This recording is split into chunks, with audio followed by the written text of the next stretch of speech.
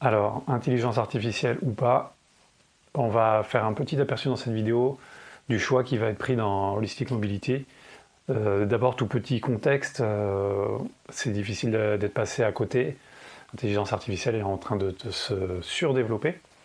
Elle n'est pas nouvelle, mais elle est en train de prendre des proportions qui sont enfin perceptibles à la hauteur du potentiel de ce que c'est. C'est plus un super ordinateur en soi, comme les ordinateurs ont pu avoir une puissance extrêmement importante, exponentielle, et exécuter des tâches de plus en plus complexes, de plus en plus dures, de plus en plus rapidement, avec tout ça dans moins en moins de place. Donc ça, c'est l'évolution exponentielle de l'utilisation de l'ordinateur. L'intelligence artificielle, on pourrait imaginer que c'est ça pousser plus loin, mais en réalité, non, c'est la connexion des choses. Le principe de l'intelligence, même on va dire, organique, l'intelligence organique de la nature, que ce soit végétale, animale, c'est le principe de faire des connexions et ensuite d'en faire quelque chose. Bon, pour ce qui est de l'espèce naturelle, l'écosystème naturel, c'est le principe d'évoluer et en permanence d'avoir un écosystème en équilibre. Là, ça veut dire qu'on va essayer de connecter avec les informations, parce qu'en fait c'est ça l'intelligence, c'est connecter les informations entre elles.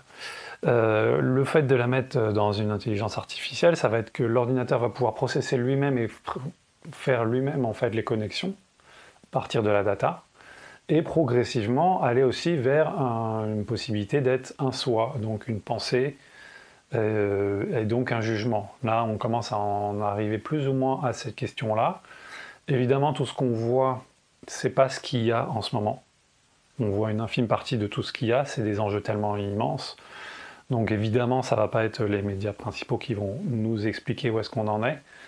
Les articles des médias ne nous diront pas du tout où est-ce qu'on en est, ils nous disent des choses en tout cas, mais par contre il y a des choses qui sont intéressantes, notamment des gens qui ont commencé à un peu présenter la chose assez loin. Je pense par exemple à une vidéo de Fabien Olicard qui est vraiment très intéressante, qui explique les avantages, les inconvénients entre guillemets, qui est un petit peu qui démocratise. Là on en est dans cet instant T. Alors il faut savoir que cet instant T justement il évolue quasiment chaque seconde en fait. Quand on dit ouais là c'est extraordinaire, demain ce sera encore plus, parce que l'intelligence du coup se multiplie et devient autonome. Là on a vu qu'elle se mettait à faire des choses qu'on ne lui avait pas demandé. Quand les gens disent non mais il ne faut pas s'inquiéter, de toute façon c'est ce qu'on lui demande de faire, on la programme pour faire quelque chose, sauf que là on l'a programmée pour devenir indépendante. Ça va tout changer, c'est en train de tout changer. Voilà.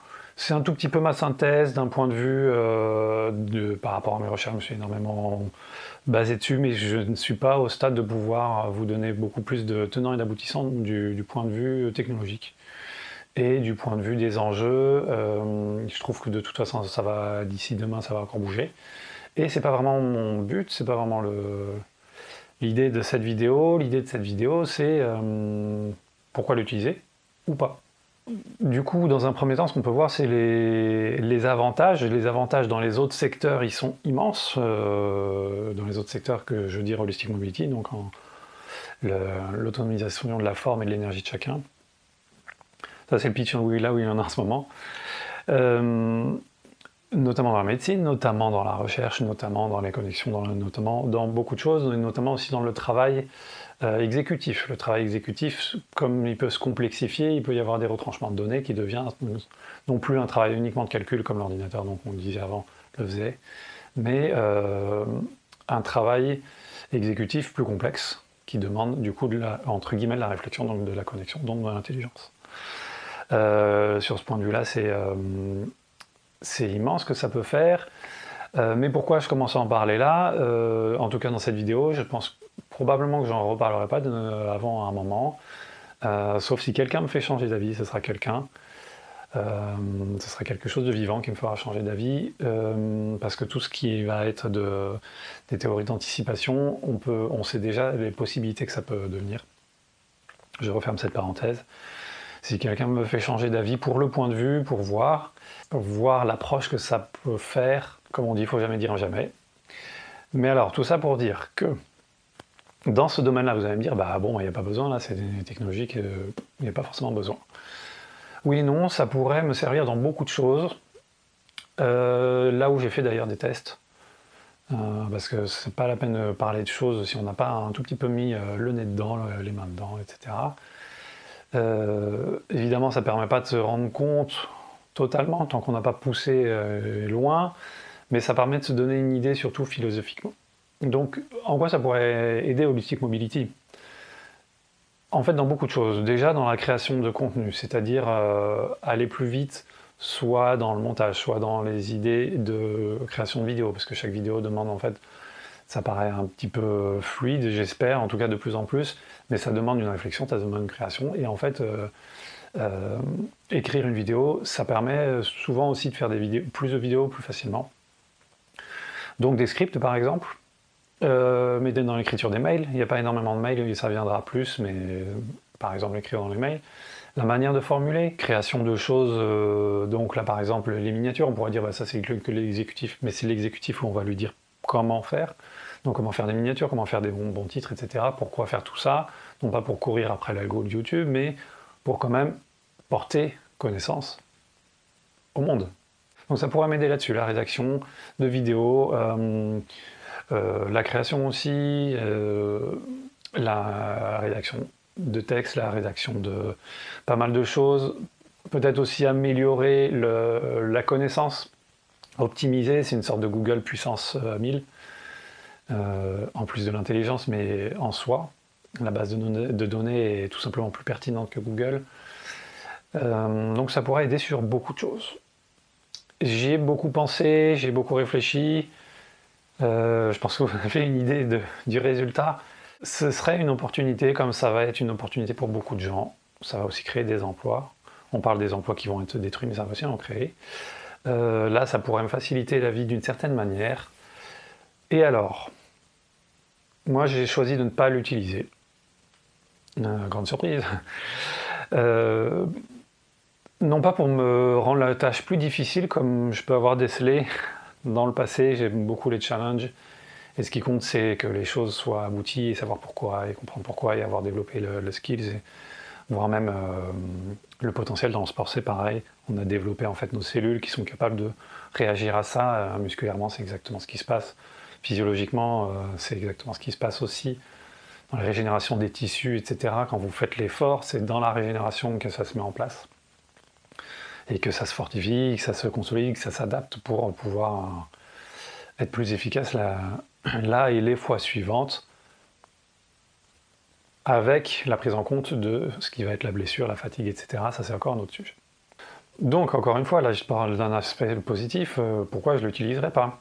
L'idée, c'est que je voudrais savoir, au fond, pourquoi je fais les choses. Et ça, finalement, ça va être votre plus grand moteur aussi, et je vous invite à vous poser ces questions-là. Pourquoi on fait les choses? Et il y a une partie qui me poussait à, du coup, pourquoi je fais les choses, du coup, porter de plus en plus, je voudrais vraiment que ça se développe, là c'est mon intention, ça se développe le plus possible. En termes de création de contenu, je travaille énormément, et ce que je voudrais aussi travailler beaucoup plus, c'est améliorer la diffusion de la philosophie du message et de la méthode, évidemment. Sous toutes les manières, que ce soit en live, en contenu gratuit, en contenu payant, en contenu intermédiaire, en contenu... et une nouvelle chose que je vais apporter encore plus, ça va être l'interaction avec encore plus de personnes. C'est un tout petit teasing. Donc on en vient à une première réflexion, c'est qu'est-ce qu'on crée, qu'est-ce qu'on est en train de faire? Alors, évidemment, c'est avec le patrimoine de tout ce qui a été découvert, tout ce qui a été mis en place et qui continue à se développer. Donc on est des passeurs, des transmetteurs, et si on peut faire évoluer, tant mieux. Je m'inclus là-dedans. Mais on crée quelque chose, une expérience, un vécu de patrimoine, encore une fois. L'intelligence artificielle, elle est capable de créer de manière extraordinaire, mais elle va composer depuis l'extérieur. Donc ça va être une création à partir d'éléments.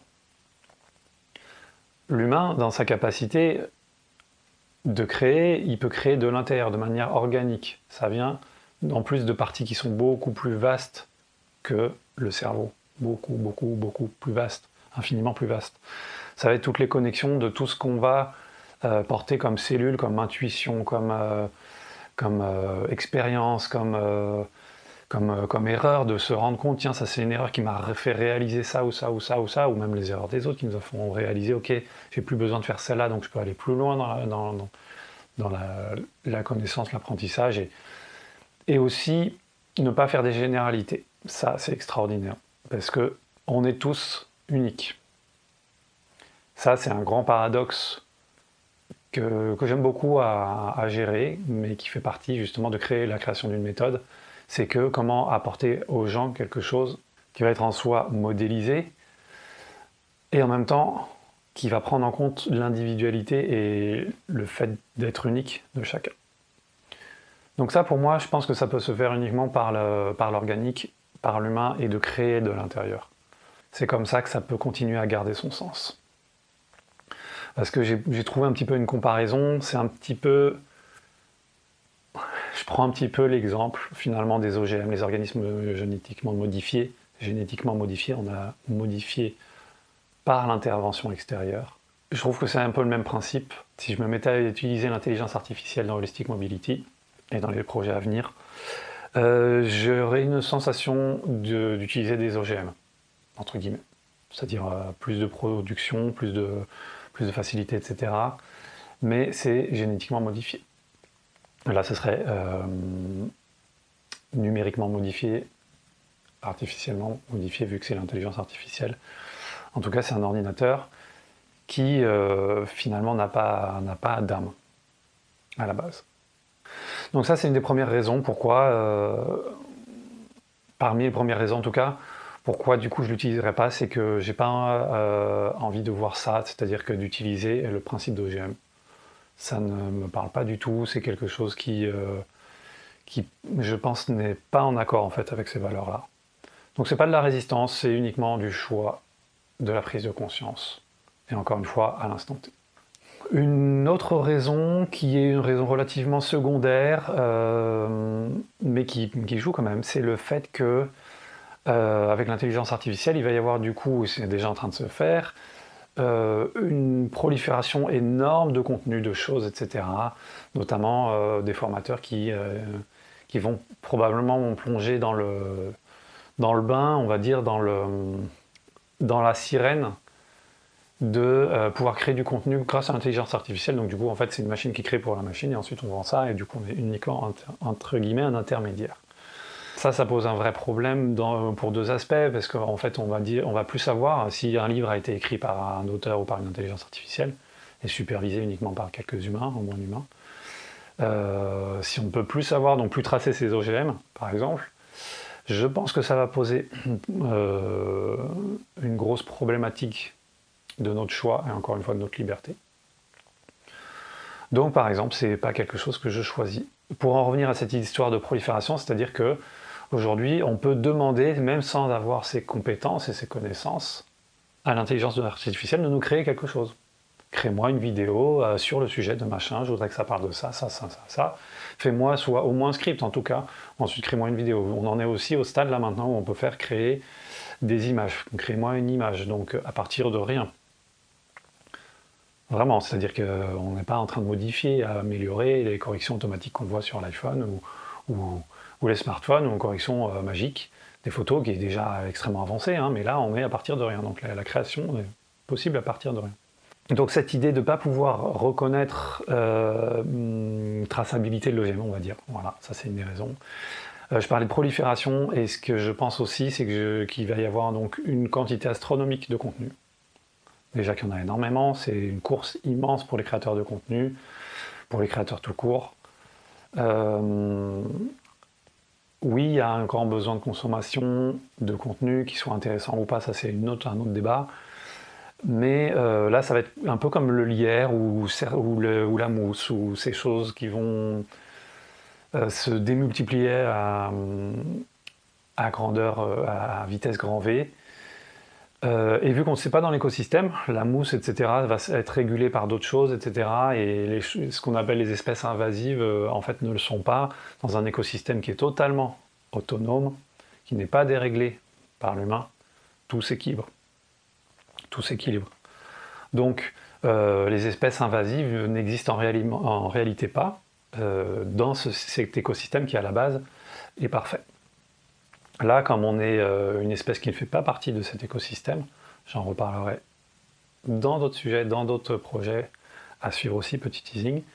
On crée artificiellement en fait ce genre de parasites, donc il va y avoir énormément de parasites et je ne veux pas participer à ça. Tout comme sur les réseaux sociaux, vous avez dû voir que c'est pas très présent, ça peut un peu desservir. Holistique, le projet, je vais voir aussi comment ajuster ça. N'hésitez pas à me dire d'ailleurs ce que vous en pensez par rapport à ça. Est-ce que vous pensez qu'il faut qu'il y ait plus de contenu, que je vous génère plus de choses? En tout cas, ce sera moi. Et si ça n'est pas que moi, c'est de la collaboration. Que ce soit en sous-traitance ou en collaboration ou en invité, etc. Ce sera avec d'autres personnes. Donc voilà pour cette idée d'identification des OGM et de prolifération. Ensuite, pour le dernier point qui me paraît le plus important, c'est vraiment philosophiquement, c'est le vrai pourquoi, c'est au profond de la mission de ce projet Holistic Mobility. Ça m'est venu avec une célèbre phrase de Gandhi qui explique soyez les changements que vous voulez voir dans ce monde. Soyez le changement. Donc comme je ne veux pas voir ce monde de cette manière-là, pour ce qui me concerne, encore une fois, ce n'est pas une résistance. C'est moi ce que je souhaite, c'est qu'on se connecte à nous, qu'on se connecte à l'autre, qu'on se connecte au vivant. Donc ce que je ne veux pas voir, c'est que la technologie se renverse et prenne le pas, du coup, sur le vivant. Personnellement, c'est ce que je ne veux pas voir. Donc, et encore une fois, n'hésitez pas à me dire si vous pensez que ma vision n'a rien à voir avec la vôtre, donc n'hésitez pas à la confronter. Les critiques, ça ne sert pas à grand-chose, si ce n'est qu'à améliorer le référencement YouTube, mais en soi, ça ne sert pas à grand-chose. Dans le fond, n'hésitez pas à être plutôt constructif. J'aime les débats. Mais ça, c'est une chose que je ne veux pas voir. Et donc, par rapport à ce que dit cette phrase, soyez le changement que vous voulez voir dans ce monde, et ben, ce que je veux voir, c'est plus d'humain, plus de vivant, plus d'animal, plus de végétal, plus de minéral, plus de connexion à ça, et plus d'intégration à ça. Dans Holistic Mobility, l'idée c'est avec notre énergie, avec notre corps, avec nos ressources, dans le mouvement, dans le sport, dans l'art aussi. Et donc du coup, pour moi, la fin ne justifie pas les moyens. Et même si la tentation pourrait être assez importante, la fin ne justifie pas les moyens. Donc soyons ce qu'on veut voir dans ce monde. Ça, je pense que ça, finalement, c'est ce qui m'a poussé à me dire, ok, maintenant je vais tourner cette vidéo. Je ne sais pas du tout comment elle sera reçue. L'idée, c'est de donner l'intention, vous donner aussi le mindset, vous donner l'énergie, vous donner la vibration, et évidemment d'avancer, de confronter. Ce sera avec plaisir. Des vidéos comme ça, il y en aura pas forcément beaucoup plus pour Holistic Mobility, mais il y en aura d'autres à la suite. Je vous en dis plus très vite. En attendant, prenez soin de vous, portez-vous bien, et à très vite.